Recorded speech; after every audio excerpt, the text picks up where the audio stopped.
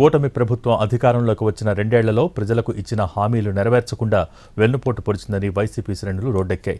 ఉమ్మడి కృష్ణా జిల్లా వ్యాప్తంగా వైసీపీ మాజీ ఎమ్మెల్యేలు, మాజీ మంత్రుల ఆధ్వర్యంలో వెన్నుపోటుకు రెండేళ్లంటూ నిరసన ర్యాలీలు జరిగాయి.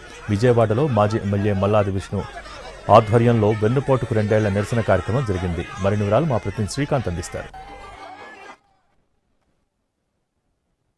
మాజీ ఎమ్మెల్యే మల్లాది విష్ణు ఉన్నారు, వాళ్ళతో మాట్లాడదాం. ఏం సార్, ప్రధానంగా ఈ నిరసన ద్వారా ఏం తెలియజేయబోతున్నాం? ప్రభుత్వంతో ఈ ప్రభుత్వం ఏర్పడి 2 సంవత్సరాలు అయినటువంటి సందర్భంలో ఈ ప్రభుత్వానికి ప్రజల యొక్క విశ్వాసాన్ని కోల్పోయింది, ప్రజల యొక్క నమ్మకాన్ని కోల్పోయింది.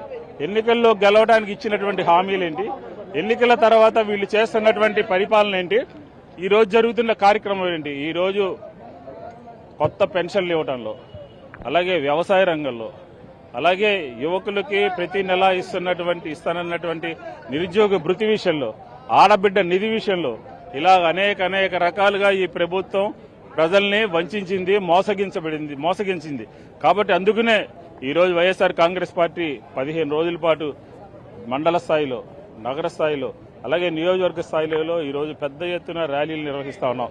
ఆ ర్యాలీలు డిఎస్సీ మీద నిన్న మాజీ ముఖ్యమంత్రి వైఎస్ జగన్మోహన్ రెడ్డి గారు కొన్ని ప్రశ్నల్ని లేవనెత్తితే ఈరోజు మంత్రులు వచ్చి సమాధానం చెప్పలేనటువంటి పరిస్థితి, అధికారులు పంపించి తూతూ మంత్రంగా సమాధానం చెప్తున్నటువంటి పరిస్థితి, స్పోర్ట్స్ దాంట్లో అక్రమాలు జరిగినాయి, అన్యాయాలు జరిగినాయి, నవీన్ విషయంలో కానీ లేకపోతే దుర్గయ్య విషయంలో కానీ ఇలా అనేక రకాలుగా ఈ ప్రభుత్వము డిఐసి పేరు మీద టీచర్ ఉద్యోగాలని నోటిఫికేషన్ లేకుండా డిఎస్సిలో క్వాలిఫై కాకుండా ఏ రకంగా మీరు వాళ్ళకి ఉద్యోగాలు ఇస్తారో అని చెప్పని వైఎస్ఆర్ కాంగ్రెస్ పార్టీ ప్రశ్నిస్తా ఉంది. నిన్న జగన్మోహన్ రెడ్డి గారి యొక్క ఆలోచనలకి జగన్మోహన్ రెడ్డి గారు ఈ ప్రభుత్వాన్ని నిలదీశారు, క్వశ్చన్ చేశారు, సమాధానాలు లేవు.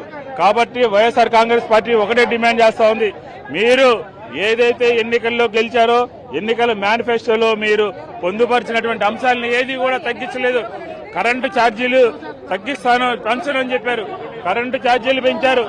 అలాగే నగరంలో మున్సిపాలిటీ సేవలన్నింటినీ కూడా మీరు ప్రైవేటీకరణ చేస్తున్నారు. ప్రైవేటీకరణ జపాన్ని పట్టిస్తా ఉన్నారు. మెడికల్ కాలేజీలు ఈ రాష్ట్ర ప్రజలకి ఆరోగ్యం పట్ల గాని, ఈ రాష్ట్రంలో ప్రతి ఒక్కరు కూడా వైద్య విద్య చదువుకోవాలని చెప్పని కోరిక కలిగినటువంటి విద్యార్థులకి ఒక శరాఘాతంగా మారిపోయింది. చిన్న 5% 10% పనిచేస్తే ఉపయోగపడేటటువంటి మెడికల్ కాలేజీల విషయంలో ఈ ప్రభుత్వం పూర్తిగా నిర్లక్ష్యం వహిస్తుంది. విత్డ్రా చేసుకోవాలి. ఏదైతే జగన్మోహన్ రెడ్డి గారు కట్టడానికి ప్రయత్నం చేశారో ఆ మెడికల్ కాలేజీలన్నింటినీ పూర్తి చేయాలి. మెగా డిఎస్సీ మీద సిబిఐ ఎంక్వైరీ చేయాలి. నూతన పెన్షన్లు ఇవ్వాలి. కరెంటు ఛార్జీలు తగ్గించాలి. మున్సిపల్ సంబంధించినటువంటి ప్రైవేటైజేషన్ చేసేటటువంటి విషయంలో ఇప్పటికైనా సరే జాగ్రత్త వహించి ప్రభుత్వం కనుక ముందడుగు వేయకపోతే వైఎస్ఆర్ కాంగ్రెస్ పార్టీ ఆందోళనని మరింత ఉధృతం చేస్తామని చెప్పని కూడా ఈ 2 సంవత్సరాల కూటమి ప్రభుత్వం పూర్తయినటువంటి సందర్భంలో వైఎస్ఆర్ కాంగ్రెస్ పార్టీ సెంట్రల్ నియోజకవర్గం యావత్తు కూడా ఈ కార్యక్రమంలో పాల్గొంటున్నాం. పూర్తి స్థాయిలో అయితే నిరసన అయితే ప్రస్తుతం కొనసాగుతున్న పరిస్థితి. కూటమి ప్రభుత్వం అధికారంలోకి వచ్చి 2 ఏళ్ల కాలంలో అన్ని ప్రజలకి మోసం చేయడం తప్ప ఏం చేయలేదు. కాబట్టి అన్నిటి మీద నిరసన కొనసాగిస్తామని వైసీపీ శ్రేణులు అయితే చెప్తా ఉన్నాయి. కెమెరా పర్సన్ రెడ్డితో శ్రీకాంత్ ఏంటి, విజయవాడ. స్కూల్ ఎడ్యుకేషన్ అంటే ముమ్మాటికి ఒక్క కేశవరెడ్డి మాత్రమే. కేవలం 1-2 కెరియర్స్ కి మాత్రమే సిద్ధం చేసే ఇతర కార్పొరేట్ స్కూల్స్ కి భిన్నంగా రేపటి ఎలాంటి కెరియర్ కైనా ఒక సాలిడ్ ఫౌండేషన్ ఒక్క కేశవరెడ్డిలోనే సాధ్యం.